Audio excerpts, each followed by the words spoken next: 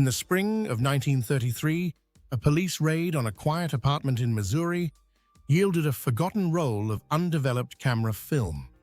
When authorities processed the negatives, they did not find a master plan for the next American bank heist. They found playful snapshots showing a petite blonde woman holding a shotgun and chomping on a thick cigar next to a smiling young man. Within days, those pictures splashed across front pages coast to coast. A bored waitress and a traumatized ex-convict were instantly transformed into the most famous outlaws of the Great Depression. The public devoured the image of glamorous anti-heroes fighting the system.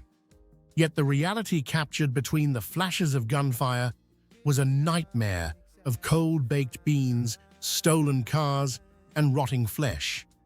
The cigar photograph was nothing more than a private joke, but it sealed their death warrants.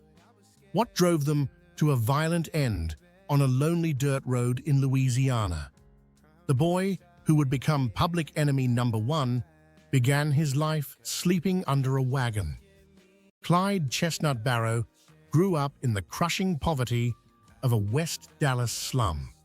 His entry into crime was a desperate attempt to steal turkeys from a local farm.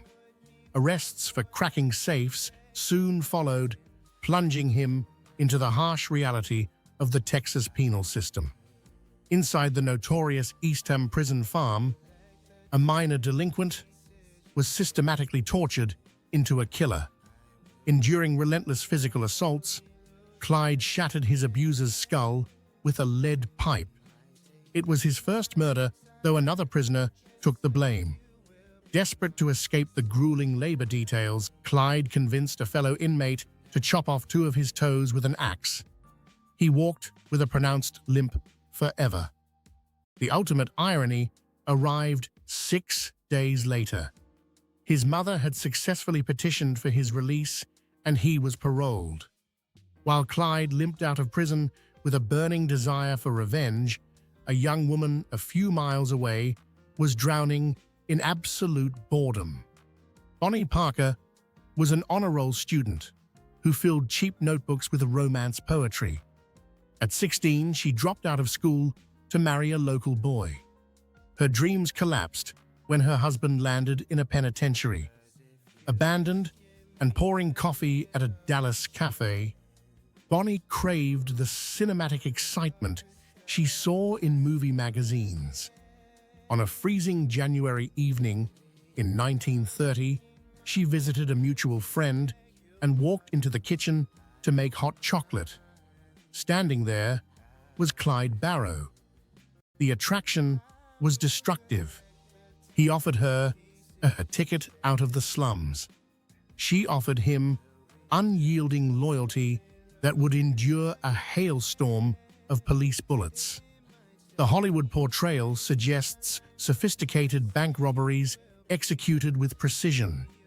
The historical truth reveals a frantic, disorganized existence marked by constant fear. They rarely targeted large banks, lacking the tactical skills and manpower. Instead, they terrorized rural gas stations and isolated hardware shops across the Midwest, often stealing less than $20.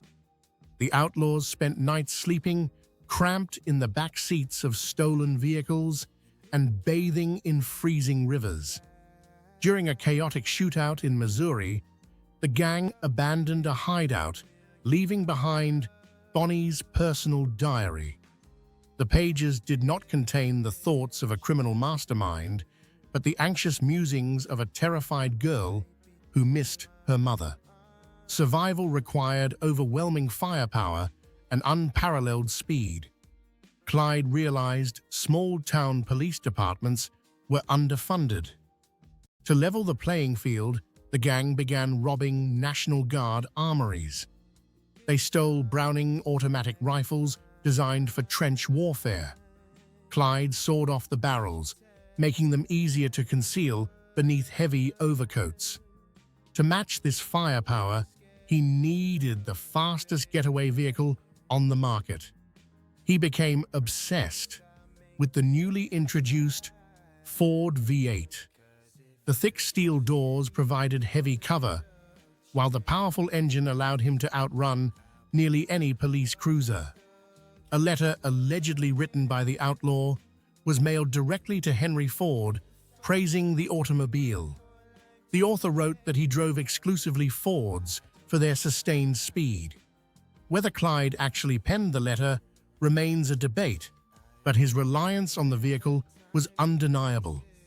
The constant motion eventually exacted a terrifying physical toll. In the summer of 1933, while fleeing across the Texas Panhandle late at night, Clyde failed to see a detour sign. The stolen Ford plunged into a dry riverbed. The impact ruptured the car's battery, pouring boiling acid directly onto Bonnie's right leg. The acid ate through her flesh, down to the bone, causing third-degree burns. Because they were fugitives, they could not seek treatment at a hospital. The wound became severely infected. For the remainder of her life, Bonnie could not walk unassisted. She either hopped on her good leg or was physically carried by Clyde. The glamorous gun mole, depicted in newspapers, was in reality a crippled young woman, living in constant agony. Despite her deteriorating condition, Clyde refused to abandon his ultimate goal. He had sworn to destroy the Eastham prison farm, and in early 1934, he launched his revenge.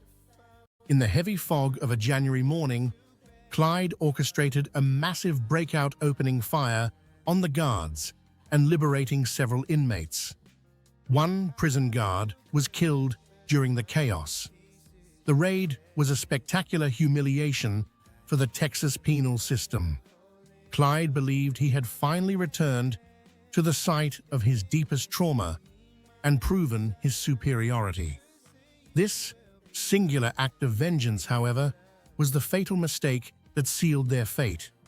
The enraged Texas authorities decided to stop attempting to arrest the duo.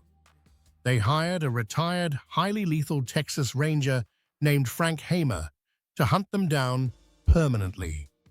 Frank Hamer did not chase the outlaws. He studied them. Analyzing months of stolen car reports, Hamer recognized a distinct geographical pattern. The gang moved in a massive circle spanning several state lines, exploiting jurisdictional boundaries. Hamer also noted that Clyde frequently circled back to visit family members. Hamer focused his attention on the father of a newly recruited gang member. Facing severe legal pressure, the father agreed to cooperate with the law.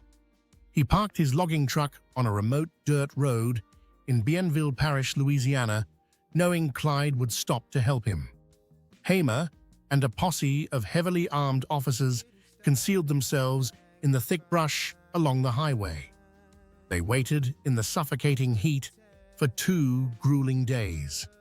On the morning of May 23, 1934, the familiar hum of a Ford V8 broke the silence. The vehicle approached rapidly, kicking up a trail of yellow dust. Recognizing the broken-down logging truck, Clyde slowed the vehicle and reached for his brake pedal. The hidden lawmen did not issue a warning. As the Ford rolled to a halt, the officers opened fire simultaneously. 167 armor-piercing rounds tore through the steel body of the car. The sheer kinetic force caused the vehicle to violently shake as the outlaws were killed instantly. The silence that followed was absolute. When officers approached the smoking wreckage, they found a half-eaten sandwich and a bloody saxophone in the back seat. Word of the ambush spread rapidly to the nearby town. Within hours, a massive crowd descended upon the remote dirt road. The scene quickly devolved into a morbid spectacle. Desperate souvenir hunters swarmed the bullet-riddled car. One man attempted to cut off Clyde's ear with a pocket knife, while others snipped away locks of Bonnie's blood-soaked hair. The authorities had to physically drag people away from the shattered glass and twisted metal. The public fascination had reached a fever pitch, completely disconnected from the horrific reality of the violence. Before her death, Bonnie penned a haunting poem titled The Story of Suicide Sal. She accurately predicted their inevitable demise, writing that one day they would go down together. Her final wish was that they be buried side by side. Even in death, however, their desires were denied. Her mother refused to allow her daughter to be buried next to the man she blamed for ruining her life. Today, they rest in separate cemeteries. The bullet-riddled Ford V8 toured the country as a carnival attraction. They were ordinary youths twisted by severe poverty and a merciless prison system. Their legacy remains a dark testament to the terrifying consequences of crossing the line. Thank you for watching the History Channel. We explore the shadows of the past to uncover the human truths hiding behind the headlines. If this journey into the dark heart of the Great Depression changed how you view these outlaws, please like the video and leave a comment below. Subscribe to our channel as we continue to investigate the fascinating stories that built our world. Keep exploring history.